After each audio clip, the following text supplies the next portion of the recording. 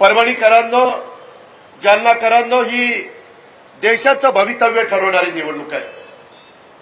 ही गावकीची आणि भावकीची निवडणूक नाही। त्याच्यामुळे त्या निवडणुकीकडे त्या अँगलनी आपण सगळ्यांनी बघितलं पाहिजे।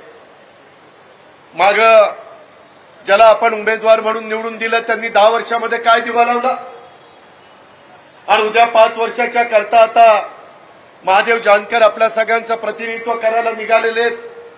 त्यांनी आपल्या सर्वांच्या साक्षीने काय सांगितलं?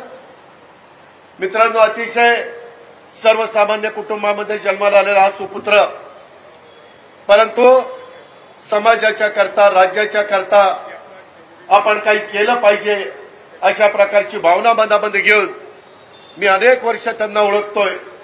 मगाशी जातीच्या वक्त्यांनी सांगितलं तशा प्रकारे कुठेही शेतकऱ्याच्या एखाद्या खोली मिळाली, एखादं कोपट असलं तरी त्या कोपटामध्ये महादेव जानकर झोपू शकतात, तिथंच आंघोळ करू शकतात, सकाळी तिथंच भाकरी खाऊन आपल्या कामाला लागू शकतात।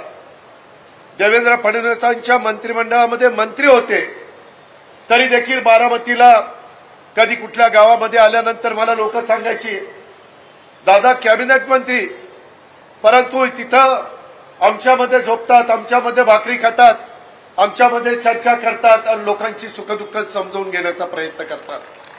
अशा प्रकारचा उमेदवार महायुतीने तुम्हाला दिलेला।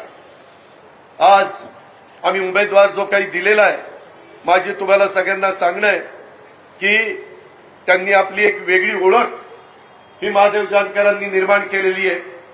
राज्यात आणि देशात देखील त्यांची ओळख आहे। गुजरात, कर्नाटक अशा राज्यात स्थानिक स्वराज्य संस्थांच्या निवडणुकांमध्ये त्यांच्या रासपानं स्थान निर्माण केलेलं आहे आणि ते सर्वसामान्य समाजातल्या शेवटच्या घटकाला न्याय मिळवून देणारं अशा प्रकारचं महादेवरावांचं नेतृत्व आहे। अत्यंत साधी राहणी आणि उच्च विचारसरणी अशा स्वभावाचा हा लोकनेता आज परभणीकरांच्या सेवेसाठी लोकसभेमध्ये पाठवणं आवश्यक आहे। बहुजन समाजाला सोबत घेऊन जाण्याची आमची सर्व महायुतीची भूमिका ही पण आपण सगळ्यांनी लक्षामध्ये घेतली पाहिजे।